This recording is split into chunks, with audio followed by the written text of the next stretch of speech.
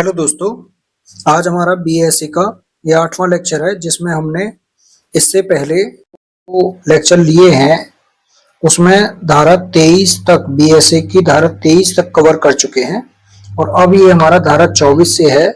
और धारा 24 ये आपका इंडियन एविडेंस एक्ट की धारा 30 से कोरिलेटेड है। अब ये धारा 24 क्या कहती है? धारा 24 जो है वो बात करती है जब सह अभियुक्त के संबंध में सह अभियुक्त का विचारण जो है जब एक साथ किया जाता है दूसरे अभियुक्त के साथ में, तो उसमें सह अभियुक्त के द्वारा जो कन्फेशन किया जाता है उसको दूसरे सह अभियुक्त के विरुद्ध साक्ष्य में कहां तक प्रयोग किया जा सकता है, इस संबंध में प्रावधान करती है। धारा 24 कहती है कि साबित संस्वीकृति, इस साबित संस्वीकृति जो होती है ये सह अभियुक्त जो होता है, जो को एक्यूज्ड होता है, उसके द्वारा की जाती है और उस कन्फेशन को साबित किया जाता है। तो उस साबित कन्फेशन को जो उसे करने वाले व्यक्ति यानी जो सह अभियुक्त है और एक ही अपराध के लिए संयुक्त रूप से विचारित यानी दूसरा जो सह अभियुक्त है संयुक्त रूप से विचारित अन्य को प्रभावित करती है, उसको विचार में लेना। तो ये क्या कहती है? ये कहती है कि जब एक से अधिक व्यक्ति, तो पहली कंडीशन तो ये हो गई इसमें कि एक से अधिक व्यक्ति होंगे, सह अभियुक्त में दो या दो से अधिक व्यक्ति होंगे, तो एक से अधिक व्यक्ति एक ही अपराध के लिए, तो अपराध भी एक ही होना चाहिए। तीसरी कंडीशन है संयुक्त रूप से विचारित यानी जॉइंट ट्रायल होना चाहिए उनका, ठीक है ना, ट्राइड जॉइंटली।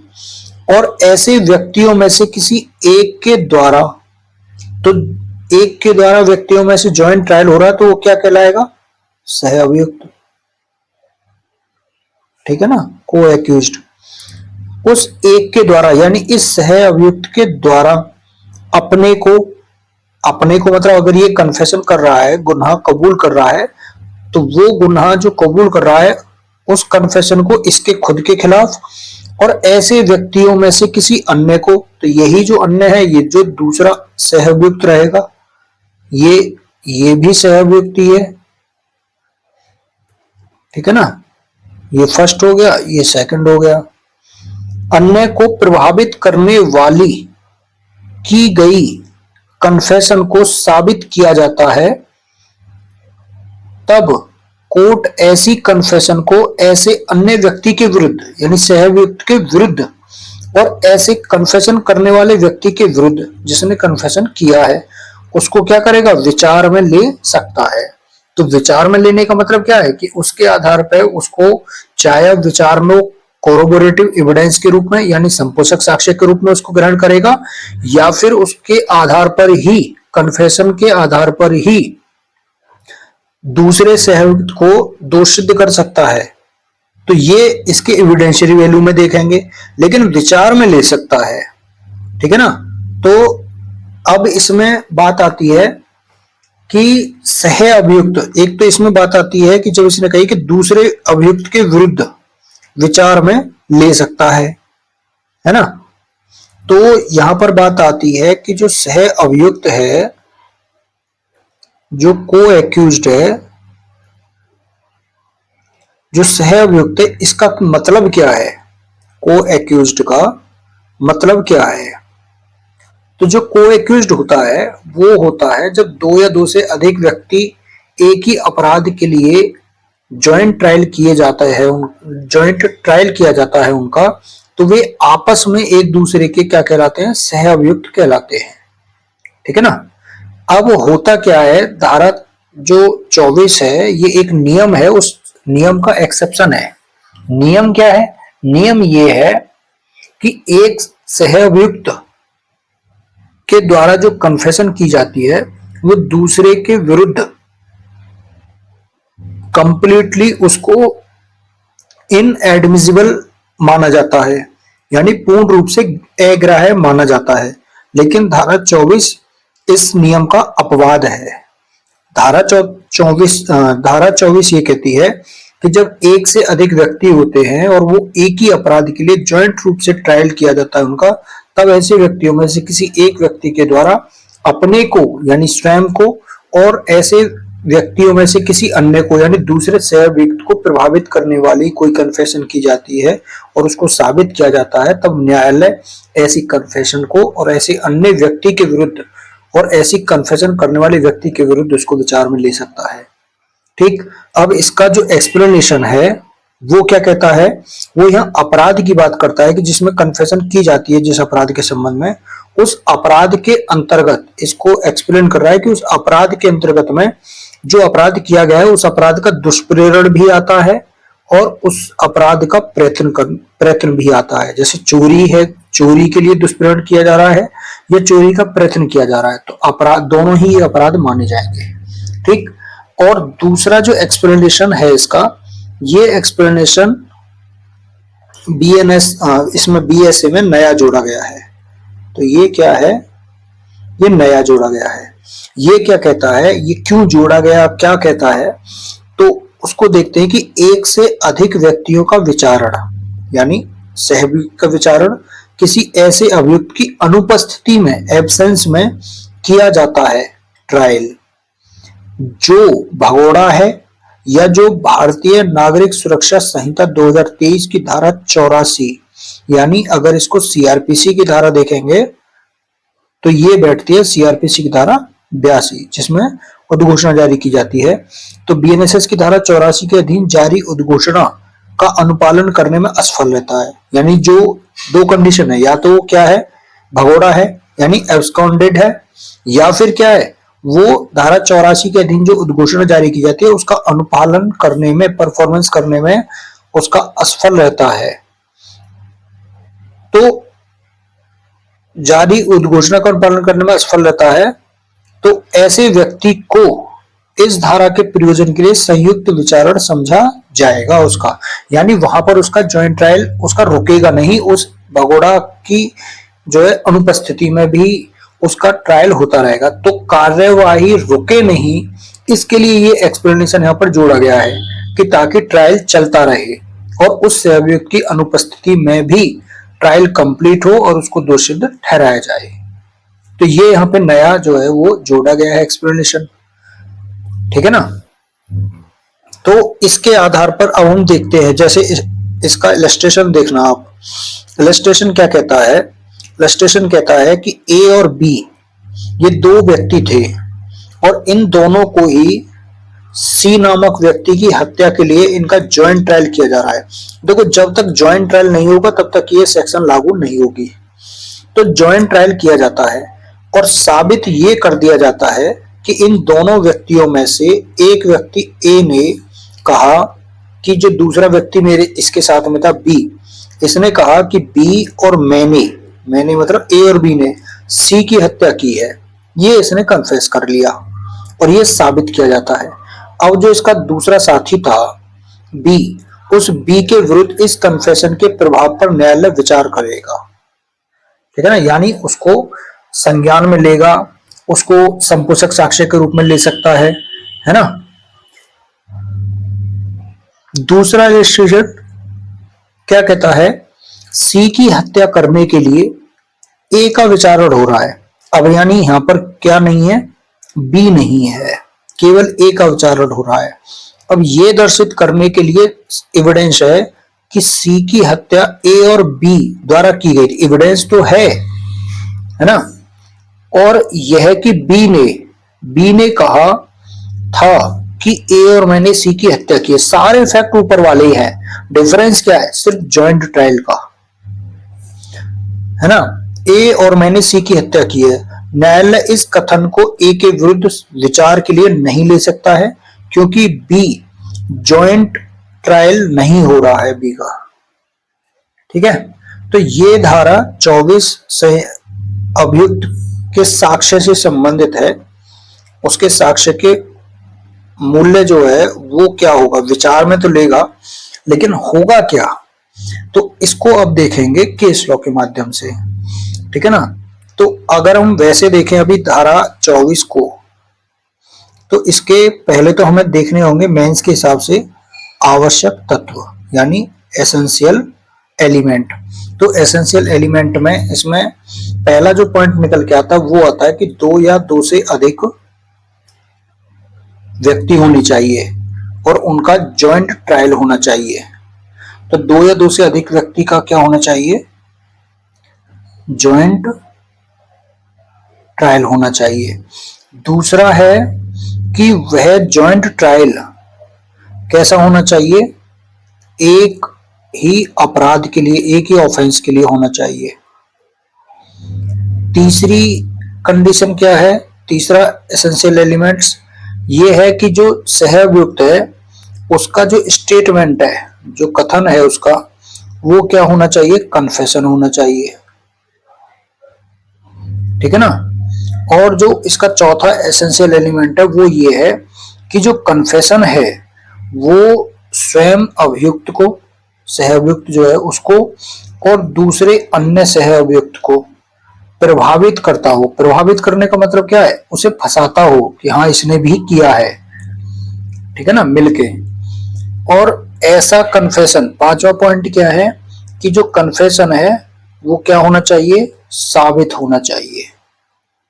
ठीक है ना, बिना साबित हुए ही आप दूसरे सहअभियुक्त के विरुद्ध उसको विचार में नहीं ले सकते। तो ये आपका जो है एसेंशियल एलिमेंट्स हो गया, है ना, मेंस के पॉइंट ऑफ व्यू से। अब बात आती है इसके साक्ष्यिक मूल्य के बारे में, यानी इविडेंशियरी वैल्यू के बारे में। इविडेंशियरी वैल्यू के बारे में तो अब जो इसका इविडेंशियरी वैल्यू है वो है क्या कि जो कन्फेशन है, जो ये सहअभियुक्त कन्फेशन करता है, ये कन्फेशन यहाँ धारा 2 में जो डेफिनेशन दी हुई है कन्फेशन, उसकी एविडेंस की, साक्ष्य की जो परिभाषा दी हुई है उसके अंतर्गत में ये कन्फेशन साक्ष्य नहीं है। दूसरा, इस कन्फेशन को ओथ पर यानी शपथ पर नहीं किया जाता है। ठीक। तीसरी कंडीशन ये है कि इसका क्रॉस एग्जाम नहीं होता, यानी प्रति परीक्षा नहीं होती है इसकी। ठीक, ठीक है ना। और जब ये तीनों चीजें नहीं होती हैं तो इसलिए ये माना जाता है कि ये कैसा साक्ष्य है? दुर्बल साक्ष्य, यानी वीक साक्ष्य है, ये कमजोर साक्ष्य है और इसके आधार पर दंड देना उचित नहीं है। तो ये तो हो गया मेन अपनी तरफ से। अब बात आता है सुप्रीम कोर्ट के इसमें जजमेंट के आधार पर। तो इसमें दो केस हैं बहुत इंपॉर्टेंट, जो सहअभियुक्त की संस्वीकृति के साक्ष्यिक मूल्य के बारे में बात करते हैं। उसमें पहला इसमें केस है भवानी साहू वर्सेस एम्परर का केस 1949। ठीक है ना, ये केस है। इसमें प्रिवी काउंसिल ने कहा कि सहअभियुक्त की संस्वीकृति जो होती है, कन्फेशन ऑफ को एक्यूज्ड, वो क्या है? दोष सिद्धि का आधार नहीं हो सकती। ठीक है ना, दोष सिद्धि का आधार नहीं हो सकती, बल्कि क्या हो सकती है? अन्य साक्ष्य का संपोषक साक्ष्य, संपोषक का मतलब क्या होता है? समर्थन करना, कोरोबोरेटिव होना, संपोषक साक्ष्य के रूप में प्रयोग की जा सकती है। यानी यह क्या है? दुर्बल साक्ष्य है। ठीक है ना। दूसरा इसमें जो इंपॉर्टेंट केस लॉ है वो है कश्मीरा सिंह वर्सेस मध्य प्रदेश राज्य 1952 सुप्रीम कोर्ट। इस केस में सुप्रीम कोर्ट ने क्या कहा? सुप्रीम कोर्ट ने कहा कि जो एक सहअभियुक्त जो होता है, को एक्यूज्ड जो होता है, उसकी कन्फेशन के आधार पर दूसरे सहअभियुक्त की दोष सिद्धि नहीं की जा सकती। यानी सहअभियुक्त की जो संस्वीकृति होती है, यानी कन्फेशन ऑफ को एक्यूज्ड है, वो सब्सटेंशियल एविडेंस नहीं है, सारभूत साक्ष्य नहीं है, बल्कि एक कोरोबोरेटिव एविडेंस है, यानी संपोषक साक्ष्य है। तो ये दूसरा केस हो गया। एक केस इसमें लेटेस्ट है, वो क्या है? वो है प्रवीण एंड सोनू वर्सेस हरियाणा राज्य 2021 सुप्रीम कोर्ट, एक ये केस है। इसमें इस केस में सुप्रीम कोर्ट ने क्या कहा? सुप्रीम कोर्ट ने कहा कि यदि रिकॉर्ड पर, अभिलेख पर मौजूद साक्ष्य से अगर ये प्रूव नहीं हो रहा है, साबित नहीं होता है कि अभियुक्त आरोपित जो उस पे अपराध है, ठीक है ना, जिस अपराध का उस पर आरोप है, उस अपराध के षड्यंत्र में अगर वो शामिल था या नहीं था, ये साबित नहीं होता है, तब केवल सह अभियुक्त के कथन मात्र पर उसे आरोपित अपराध के लिए दंडित नहीं किया जा सकता, है ना। तो जब तक सह अभियुक्त के विरुद्ध जो है कन्फेशन साबित नहीं होती है, तब तक सह अभियुक्त के कथन मात्र पर दूसरे सह अभियुक्त को दोषी नहीं ठहराया जा सकता। ये बात इसमें कही गई थी।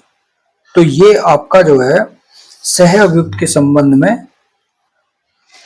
क्वेश्चन बनता है। तो प्री का भी क्वेश्चन जो इसमें बनेगा वो भी इसमें हो गया, और जो मेंस के हिसाब से जो क्वेश्चन बनेगा वो भी इसमें हो गया, ठीक है ना। तो सह अभियुक्त का साक्ष्य दुर्बल साक्ष्य होता है, ठीक है ना, तो यहाँ पर इसको माना नहीं जाता। अब जो नेक्स्ट इसमें जो सेक्शन है हम उसको देखते हैं। जो धारा 25 है वो क्या कहती है? यहाँ जो धारा 25 है वो इंडियन एविडेंस एक्ट की धारा 31 है, ठीक है ना। जो एडमिशन यहाँ पर की जाती है ये एडमिशन से रिलेटेड है, कन्फेशन से रिलेटेड नहीं है, ठीक है ना। तो यहाँ पर ये कह रहा है जो एडमिशन है, जो स्वीकृतियां हैं, वो निश्चायक सबूत नहीं है, जो कंक्लूसिव प्रूफ नहीं है, किंतु वो एस्टोपल कर सकती हैं, यानी विबंध कर सकती हैं, यानी बांध सकती हैं किसी अभियुक्त को। जैसे कोई व्यक्ति कोई बात कबूल करता है कि हाँ मैंने उसे वहां पर देखा था, तो उसकी इस बात को, क्योंकि उसने ये बात जो क्या की, एडमिट की, स्वीकार करी, है ना, मैंने उसको हस्ताक्षर करते हुए देखा था, मैंने उसको वहां से अभियुक्त को भागते हुए देखा था। तो अगर वो इस तरह की बातें बताता है तो ये नहीं कि उसकी बात को बिल्कुल निश्चय प्रूफ जो है मान लिया जाए, लेकिन होगा क्या, उसकी बात विबंध जो है बन जाएंगी, यानी उसकी बात को बांध दिया जाएगा उसी की बातों से कि तुमने पहले ये बात कही थी, ठीक है ना। तो ये कहता है कि स्वीकृतियां यानी एडमिशन स्वीकृत विषयों का, है ना, जो एडमिटेड है मैटर्स, उनका कंक्लूसिव प्रूफ नहीं है, किंतु जो इसमें बाद में धाराएं दी हुई हैं जो विबंध के संबंध में जो इसमें धाराएं दी हुई हैं, जो धारा विबंध के संबंध में जो चैप्टर आपका यहाँ पर 8 है, और ये आपकी धारा जो 121 होगी, क्योंकि उसमें 115 थी, 115 से 117 तक, है ना। तो इसमें 121 से इसमें 123 तक ये धाराएं होंगी, है ना। तो वहां पर यानी विबंध के रूप में इनको लागू किया जा सकता है। तो ये धाराएं ये कहती है, ठीक है ना। अब चूंकि ये एडमिशन से रिलेटेड है, कन्फेशन से रिलेटेड नहीं है, तो इसमें आपका जो है ये इतना ही आएगा। अब बात आती है यहां से एक नया टॉपिक है, चैप्टर नया नहीं है लेकिन टॉपिक नया है। टॉपिक नया क्या है? टॉपिक नया ये है कि धारा जो 26 है, धारा जो 26 है, यहां से धारा 26 से उन व्यक्तियों के कथन के संबंध में प्रावधान किया गया है जिन्हें साक्ष्य देने के लिए बुलाया नहीं जा सकता। क्यों नहीं बुलाया जा सकता? क्योंकि कुछ कंडीशंस हैं जिनके कारण उनको बुलाया नहीं जा सकता है। भाई या तो वो किसी बीमारी की वजह से असमर्थ हो जाते हैं, इनकेपेबल हो जाते हैं, इनकॉम्पिटेंट हो जाते हैं, या फिर वो मर गए हैं, या फिर वो मिल ही नहीं रहे हैं, तो इसकी वजह से उनको बुलाया नहीं जा सकता। तब उन व्यक्तियों के जो कथन है, स्टेटमेंट है, बयान है, वो साक्ष्य के रूप में ग्राह्य माने जाते हैं, ठीक है ना। तो ये अलग अलग पॉइंट हैं इसमें धारा 26 में, उनको हम देखेंगे। धारा 26 आपकी धारा इंडियन एविडेंस एक्ट की 32 से कोरिलेटेड है, ठीक है ना। और ये जो प्रोविजन थे, जो उन व्यक्तियों के कथन जिन्हें साक्ष्य में नहीं बुलाया जा सकता, ये धारा 26 और धारा 27 इन दोनों से रिलेटेड है, जो कि आपकी इंडियन एविडेंस एक्ट की धारा 32 और 33 से कोरिलेट है। तो धारा 26 क्या कहती है यहाँ पर? धारा 26 कहती है वे दशाएं यानी वे कंडीशन जिनमें उस व्यक्ति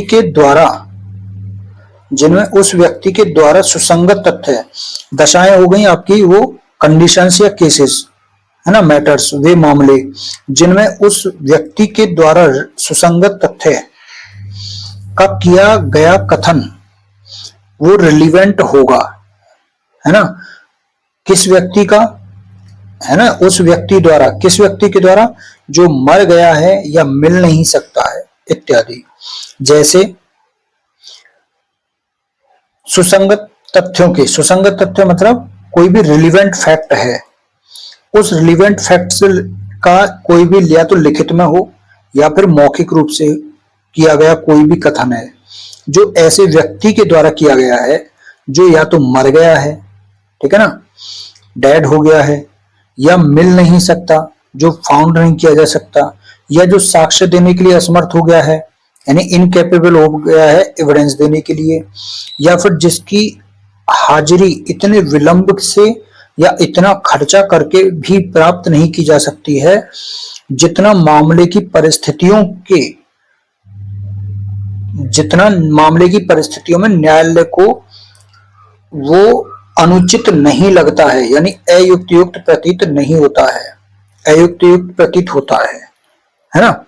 तो मतलब मामले की परिस्थितियों में या तो विलंब ज्यादा हो रहा है या खर्च ज्यादा हो सकता है, और विलंब और खर्च के बिना उनको हाजिरी उनकी प्राप्त नहीं की जा सकती है, जो मामले की परिस्थितियों को देखते हुए कोर्ट की राय में अयुक्तियुक्त लगता है।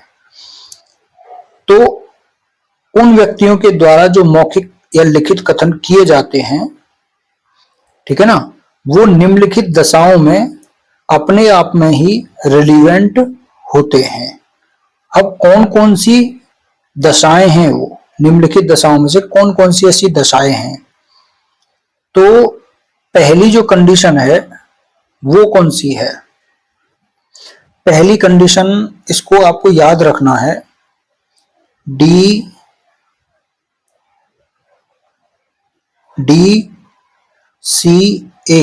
दशा, इसको आप DCA कह लो। जैसे हम BCA की डिग्री लेते हैं ऐसे ही एक डिग्री है DCA की, या तो आप डिग्री के आधार पे याद कर लो, ठीक है ना, या आप इसको दशा ही बोल लो, DCA दशा, ठीक है ना। दशा पे, PE पे, दशा पे फंस गया, ठीक है ना, दशा पे फंस गया, इसको आपको याद रखना है। अब दशा पे फंस गया का मतलब क्या है?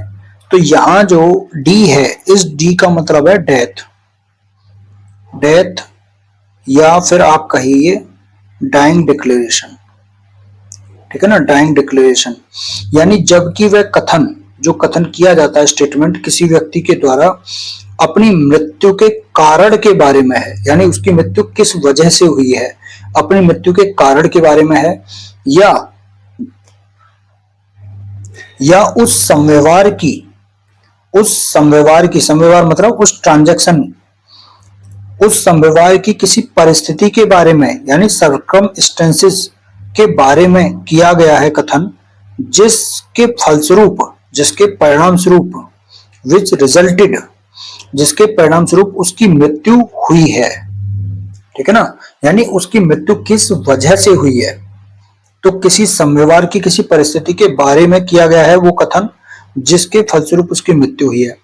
तब ऐसे मामलों में, कैसे मामलों में, जिनमें उस व्यक्ति की मृत्यु का कारण प्रश्नगत है कि भाई इस व्यक्ति की मृत्यु किस वजह से हुई है, वहां पर ऐसे स्टेटमेंट रिलीवेंट माने जाते हैं। यहां पर ये खत्म हो गया। तो उन मामलों में जिनमें उस व्यक्ति की मृत्यु का कारण प्रश्नगत है, ऐसे कथन रिलीवेंट हैं।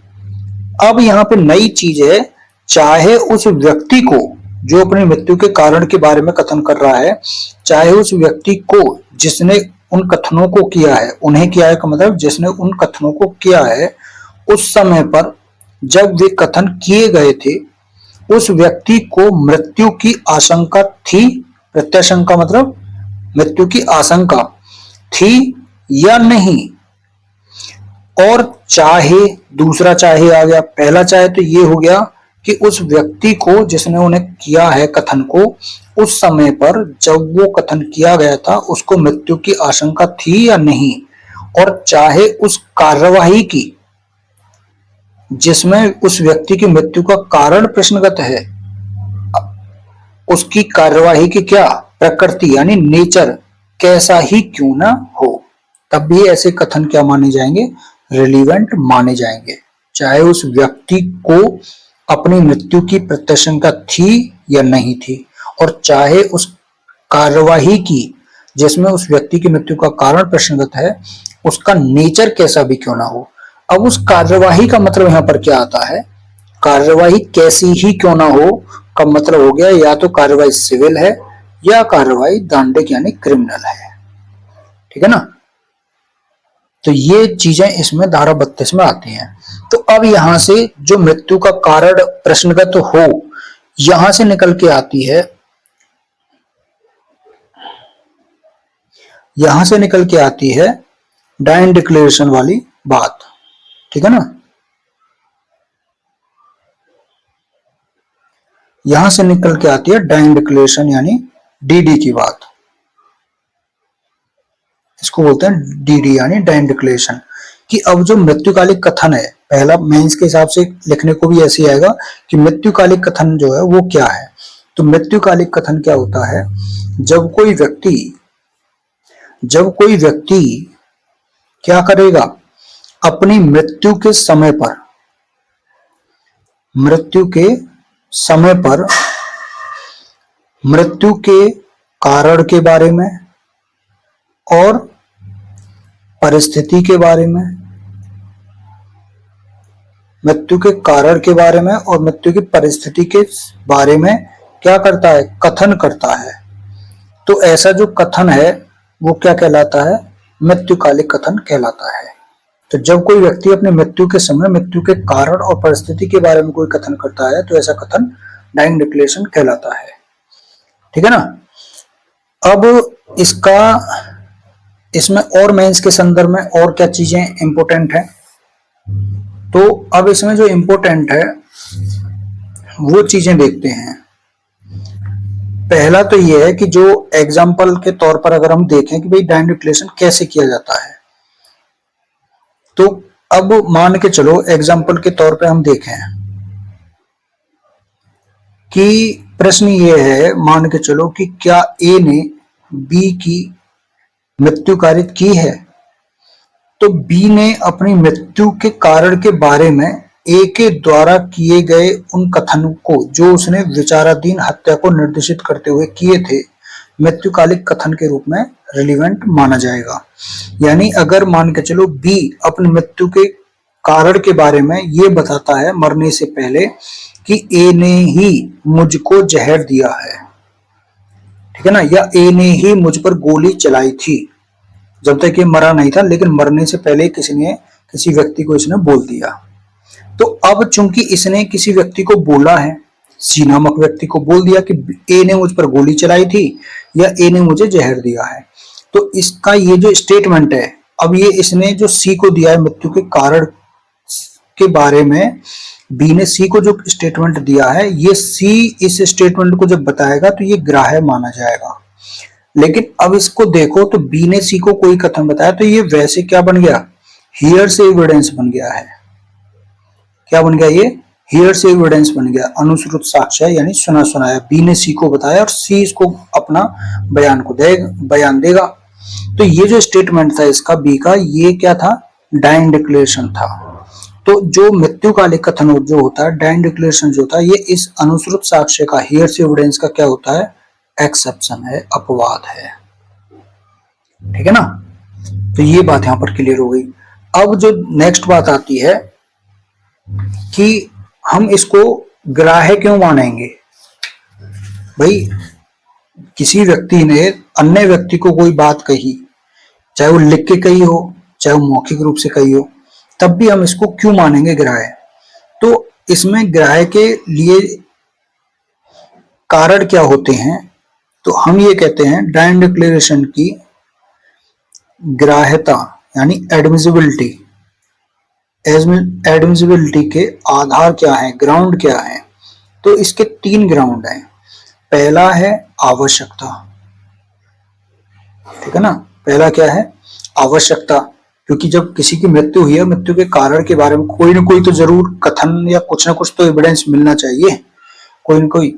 दूसरा है विश्वसनीयता, यानी मरने वाला व्यक्ति अगर कोई बोल के जा रहा है बात को, तो उसकी बात में विश्वसनीयता झलकती है, तो विश्वसनीयता भी है, ठीक है ना। और तीसरा ये है कि उस मृत्युकालिक कथन के अलावा कोई भी एविडेंस नहीं मिलता है, यानी अन्य साक्ष्य की कमी यहां पर नजर आती है, ठीक। तो ये आपका 3 इसके ग्राह्यता के आधार हो गए। चौथा हम क्या मानते हैं? चौथा हम मानते हैं एक मैथ्यू अर्नाल्ड करके जूरिस्ट न्यायाधीश थे, उन्होंने कही थी कि मृत्युशैया पर पड़ा हुआ व्यक्ति, मृत्युशैया पर पड़ा व्यक्ति, मृत्युशैया पर पड़ा व्यक्ति सत्य और केवल सत्य बोलने की इच्छा रखता है, ठीक है ना। ये बात कही गई थी। और ये ऐसी ही बात जो है एक केस में और कही गई थी, वो केस है ओकाराम। कहीं उक्का लिखा रहता है, कहीं ओका लिखा रहता है, ठीक है ना। ओकाराम वर्सेस राजस्थान राज्य 2001 सुप्रीम कोर्ट। इस केस में कही गई थी कि जो डाइन डिक्लेरेशन है उसकी एडमिसिबिलिटी इस सूत्र पर आधारित है कि मृत्युशैया पर पड़े व्यक्ति के अधरों पर सत्य का वास होता है। मृत्युशैया पर पड़े व्यक्ति के अधरों, अधरों मतलब होठों पर, अधरों पर, क्योंकि वो झूठ क्यों बोलेगा मरने वाला व्यक्ति, उसे क्या मिलेगा, वो तो वैसे ही मरने जा रहा है ना। तो उसके अधरों पर सत्य का वास होता है, ये माना जाता है। तो ये बात इस केस में कही गई थी। अब बात आती है, 2 चीजें और इसमें रह जाती हैं डाइन डिक्लेरेशन में। पहली आती है इसके आवश्यक तत्व के आवश्यक तत्व पर। तो इसके 3 मुख्यतः आवश्यक तत्व माने जाते हैं। 3 आवश्यक तत्व कौन कौन से माने जाते हैं? पहला तो ये कि जो कथन करता होता है, जिसने डाइन डिक्लेरेशन किया है, उसका कथन जो है कैसा होना चाहिए? मृत्यु के कारण के बारे में कथन होना चाहिए, तभी वो डाइन डिक्लेरेशन माना जाएगा, ठीक है ना। मृत्यु के कारण के बारे में। और इससे रिलेटेड एक केस है नारायण सिंह वर्सेस बिहार राज्य, ठीक है ना, 1962 सुप्रीम कोर्ट। इस केस में जो है, जो रेप पीड़िता थी लड़की, उसने आत्महत्या कर ली थी, और आत्महत्या करने से पहले उसने रेप के बारे में अपनी मां को बताया था। लेकिन जजमेंट क्या हुआ? जजमेंट ये हुआ कि इसमें ये बोला गया कि बालिका के द्वारा जो स्टेटमेंट किया गया है वो डाइन डिक्लेरेशन के रूप में ग्राह्य नहीं है, क्योंकि जो रेप है वो मृत्यु का कारण नहीं है। उसने क्या किया? आत्महत्या कर ली, सुसाइड कर लिया। अगर रेप के द्वारा वो मरती, और मरने से पहले, जो रेप के दौरान ही, रेप करने के बाद में जब वो अपना कोई बयान देती और तब मर जाती है ना, तब वो उसका डाइन डिक्लेरेशन माना जाता। लेकिन उसने क्या किया? सुसाइड किया, तो मरने का कारण उसका सुसाइड हो गया, ना कि रेप हुआ। तो इसलिए ये कहा जाता है कि जो कथन है वो मृत्यु के कारण के बारे में होना चाहिए। दूसरा क्या है? दूसरा है कि जो कथन होता है, जो डाइन डिक्लेरेशन है, जो स्टेटमेंट है, वो संव्यवहार की, ट्रांजैक्शन की उस परिस्थिति के बारे में होना चाहिए, उस परिस्थिति के बारे में होना चाहिए जिसके फलस्वरूप यानी जिसके परिणाम स्वरूप मृत्यु हुई।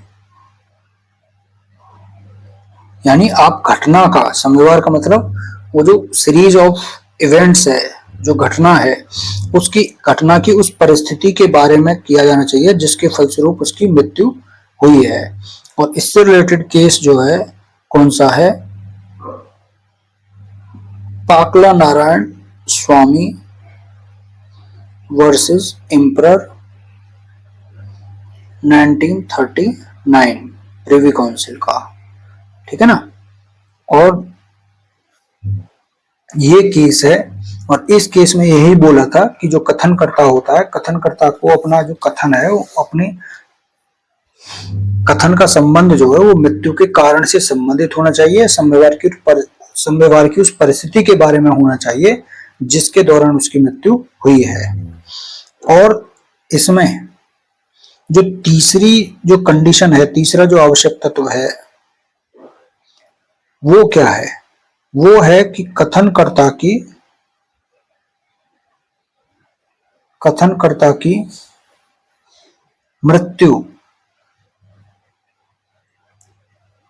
मृत्यु होना आवश्यक है। और इससे रिलेटेड एक केस है असम राज्य वर्सेस मेराजुद्दीन, ठीक है ना, 1983 सुप्रीम कोर्ट। इस केस में बोला था कि कथनकर्ता की मृत्यु होना आवश्यक है। और उसमें दूसरा एक और केस है, वो है दर्शन सिंह वर्सेस पंजाब राज्य 1983 का ही। इस केस में ये बोला था कि अगर कथनकर्ता की मृत्यु नहीं होती है, जीवित बच जाता है वो, तो उसका जो कथन है वो डायन डिक्लेरेशन नहीं माना जाएगा। उसमें डायन डिक्लेरेशन के रूप में उसको ग्राह्य नहीं माना जाएगा, एडमिसिबल नहीं होगा। बल्कि वो कहाँ एडमिसिबल होगा? वहां पर इससे पहले जो धारा थी उसके अनुसार 157 सेक्शन जो इंडियन एविडेंस एक्ट की धारा है उसमें संपोषक साक्ष्य के रूप में उसको ग्राह्य माना गया, ठीक है ना। तो अब जो 157 सेक्शन उसकी है इंडियन एविडेंस एक्ट की, वो बीएसए की धारा हो गई 160। तो यहां पर उसको संपोषक साक्ष्य यानी कोरोबोरेटिव एविडेंस के रूप में उसको रिलीवेंट माना जा सकता है। तो ये बात इस केस में कही गई थी, ठीक है ना। उसके अलावा इसमें इससे रिलेटेड जो एविडेंस है, अब ये हो गए इसके 3 आवश्यक तत्व, ठीक है ना। अब बात आती है इसके एविडेंशियरी वैल्यू की, यानी इसके साक्ष्यिक मूल्य की, जिसमें ये बात कहती है वो विचार में ले सकता है। तो वो क्या है? समव्यवहार की परिस्थिति के बारे में होना चाहिए, मृत्यु के कारण के बारे में होना चाहिए, कथनकर्ता की मृत्यु होना आवश्यक है। तो इसमें अब इसकी जो एविडेंशियरी वैल्यू है वो क्या कहती है? वो ये कहती है कि जो डीडी है वैसे वो क्या है, वो शपथ पर नहीं लिया जाता है, ठीक है ना। इसका क्रॉस एग्जामिनेशन नहीं होता है, फिर भी एडमिसिबल ये साक्ष्य के रूप में ये क्या होता है? ग्राह्य होता है। क्यों होता है? क्योंकि जो मैथ्यू अर्नाल्ड ने जो बात कही थी कि मृत्यु शैया पर पड़ा व्यक्ति जो सत्य और केवल सत्य बोलने की इच्छा रखता है, या ओकाराम वाले केस में जैसे बात कही गई थी कि मृत्यु शैया पर पड़े व्यक्ति के अग्रहों पर सत्य का वास होता है, ठीक है ना। तो इसी से रिलेटेड फिर केस है खुशाल राव वर्सेस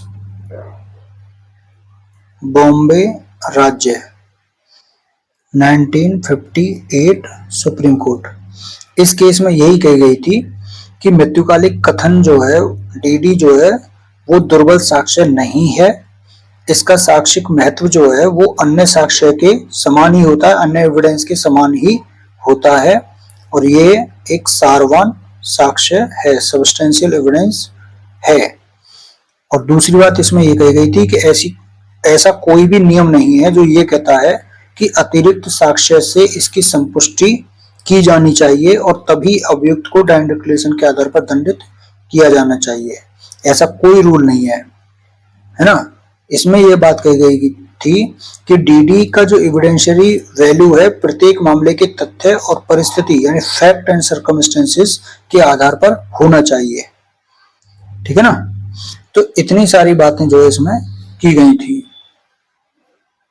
खुशहाल राव वाले केस में।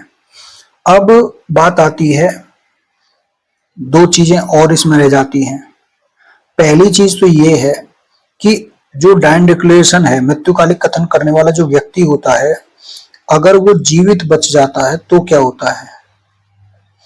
तो पहला तो इसमें अभी जो हमने दर्शन सिंह वाला केस बताया था कि वहां पर वो 160 जो सेक्शन है बीएसए की, उसमें वो संपोषक साक्ष्य के रूप में ग्राह्य माना जाता है।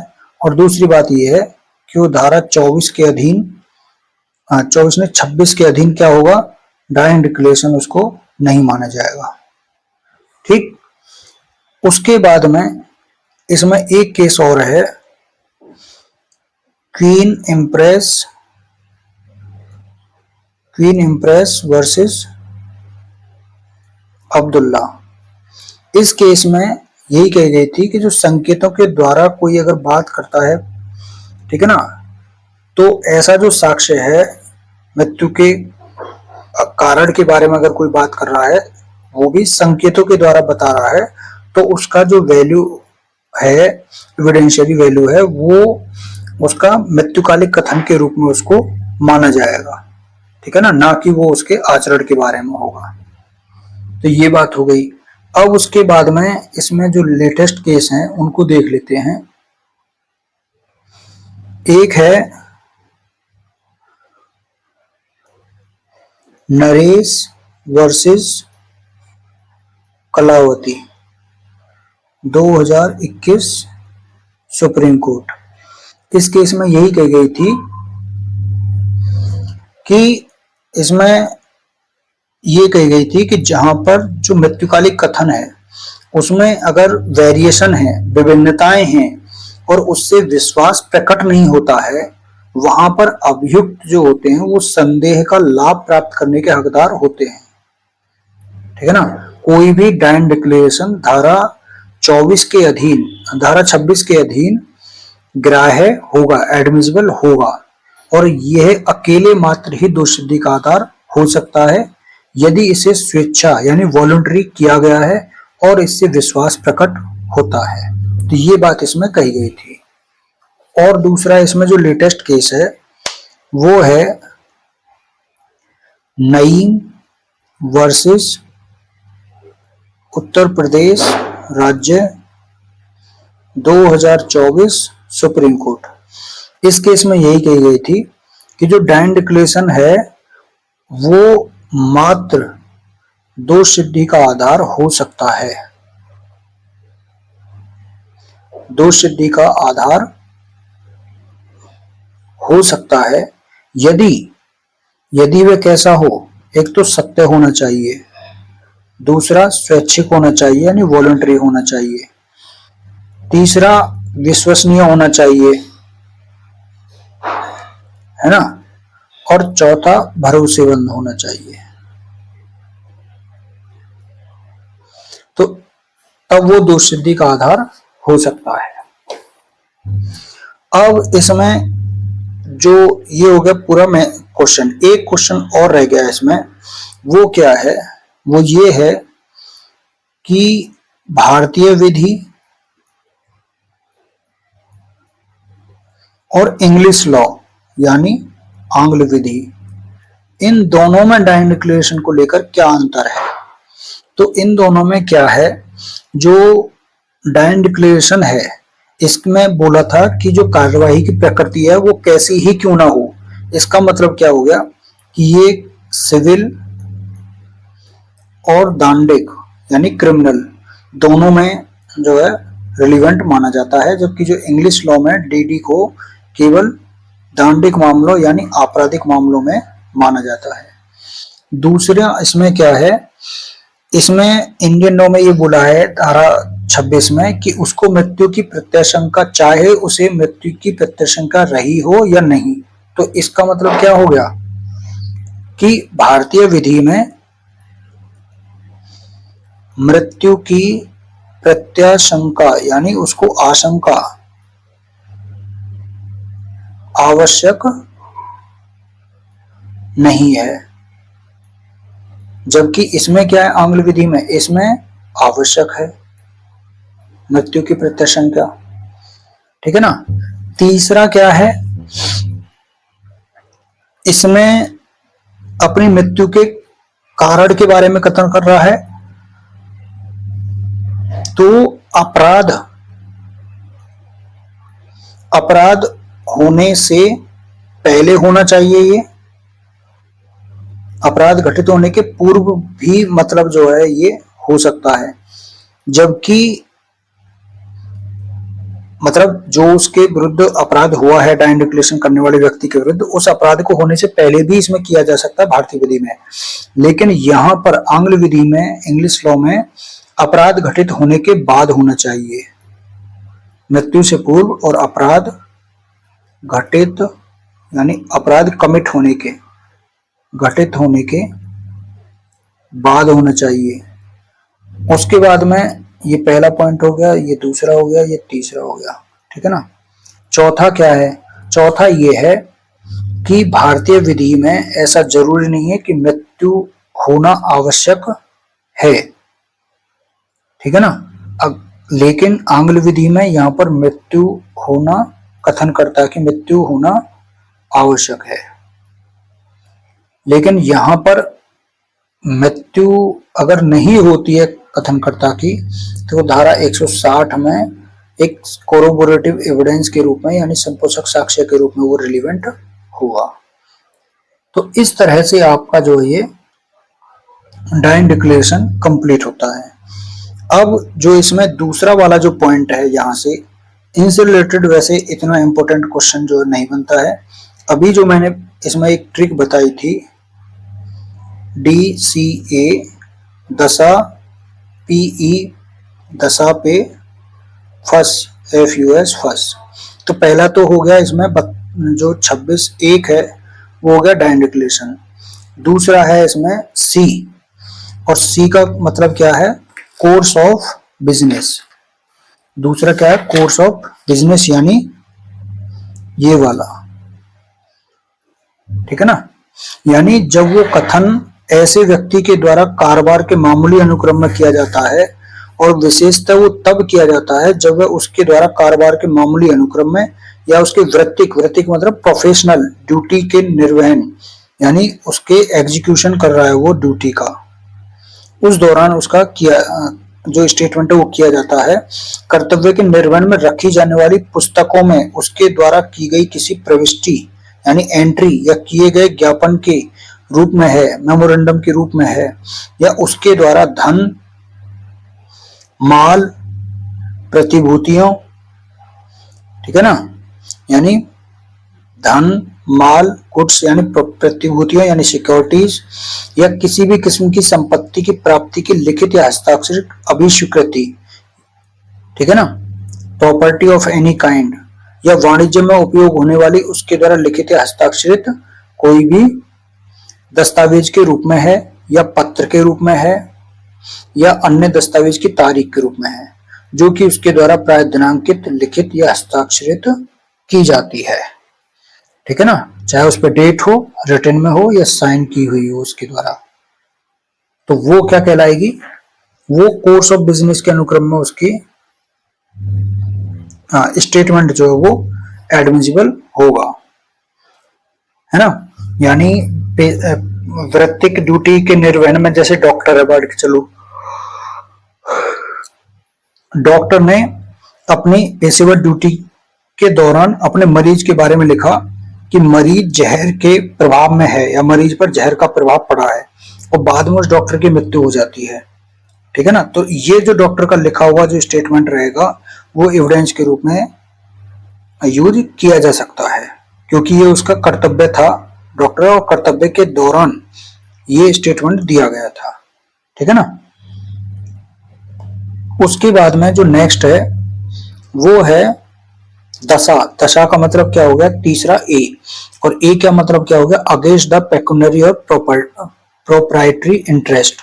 तो इसको हम कहते हैं अगेंस्ट द इंटरेस्ट। अब इंटरेस्ट वो कैसा है ये अलग अलग पॉइंट है, लेकिन है क्या वो अगेंस्ट द इंटरेस्ट।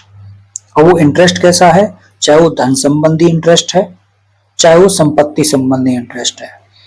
यानी जब वो कथन करने वाला है, करने वाले व्यक्ति के धन संबंधी या संपत्ति संबंधी हित के विरुद्ध है, या जबकि वह कथन सत्य हो, तो उसके कारण उस पर दांडिक अभियोजन यानी उस पर क्रिमिनल प्रोसिक्यूशन या नुकसानी का वाद लाया जा सकता है, या फिर उस पर वाद लाया जा सकता था यदि वो जीवित होता,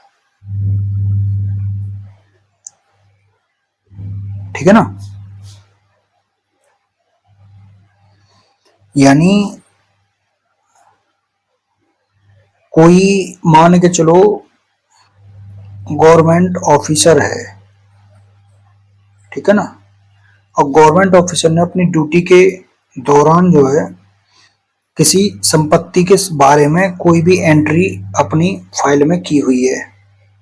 अब इस गवर्नमेंट ऑफिसर की बाद में मृत्यु हो जाती है, तो इसकी जो डायरी थी वो क्या मानी जाएगी, वो एविडेंस के रूप में ली जाएगी, ठीक है ना। तो ये यहाँ पर जो है आपका धन संबंधी या संपत्ति संबंधी हित होता है। अब उसके बाद में जो नेक्स्ट है वो है दशा पे। पे का मतलब क्या है यहाँ पर, पब्लिक राइट्स। पे का मतलब क्या है, पब्लिक राइट्स।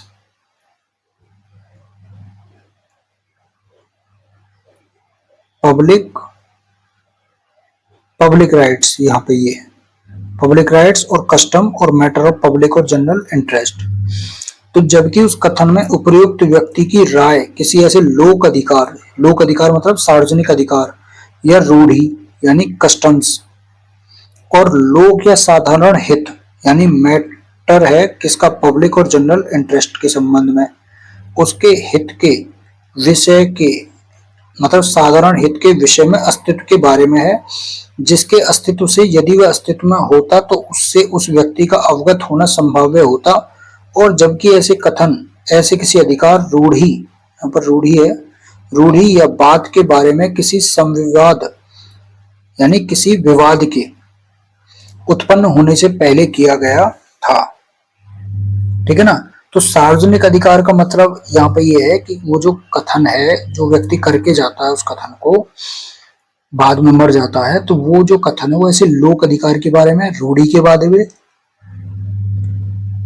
अथवा लोक या साधारण हित के विषय में अस्तित्व के बारे में होना चाहिए। जैसे कि मान के चलो फॉर एग्जांपल आप ये समझ लो कि कोई एक बूढ़ा व्यक्ति है, ठीक है ना, और बूढ़ा व्यक्ति ने ये बात कही है या लिखी दी है, मान के चलो लिखी दिया है कि इस गांव के सारे लोगों को इस फलाने रास्ते से कोई XYZ कोई रास्ता है उससे जाने का अधिकार है।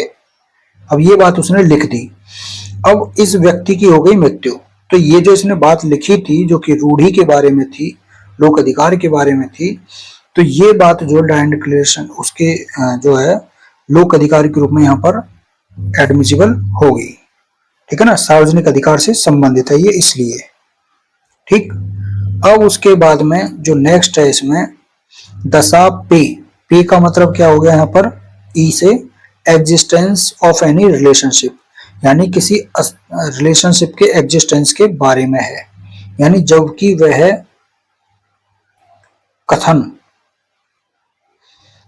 वह कथन किसी ऐसे व्यक्तियों के बीच किसी ब्लड रिलेशन, किसी मैरिड से रिलेटेड है ना, मैरिज से रिलेटेड या फिर एडॉप्शन पर आधारित किसी रिलेशनशिप के एग्जिस्टेंस के संबंध में है।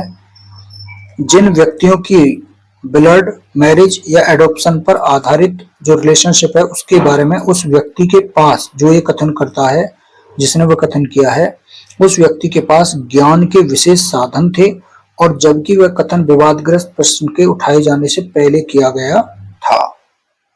ठीक है ना। यानी रिलेशनशिप में मतलब कोई व्यक्ति है और उसने यहाँ पर ए नामक व्यक्ति है और इसने क्या लिखा है, इसने लिखा है कि बी नामक जो व्यक्ति है वो मेरी बहन की बेटी है। ठीक है ना, ये बात इसने लिख दी। अब ये व्यक्ति ए नामक व्यक्ति मर गया तो ये उसके फैमिली मैटर्स को, फैमिली रिलेशनशिप को जो है ये दर्शा रही है। ठीक है ना, तो उसका जब भी वंश से संबंधित जो विवाद उठेगा तो उसमें ये रिलेवेंट माना जाएगा। उसके बाद में नेक्स्ट है दबाव पे फंस। तो फंस का मतलब क्या हो गया यहाँ पे, फैमिली अफेयर्स से रिलेटेड। ठीक है ना, अफेयर्स ऑफ द फैमिली यानी फैमिली अफेयर्स से रिलेटेड स्टेटमेंट, यानी जबकि वो स्टेटमेंट मृत व्यक्तियों के बीच किसी ब्लड मैरिज या एडॉप्शन पर आधारित किसी नातेदारी के अस्तित्व के बारे में है या उस कुटुंब की, कुटुंब बोलते हैं फैमिली को, या फैमिली की बातों से जिसका ऐसा मृत व्यक्ति अंग था। ठीक है ना, जिसका ऐसा मृत व्यक्ति अंग था।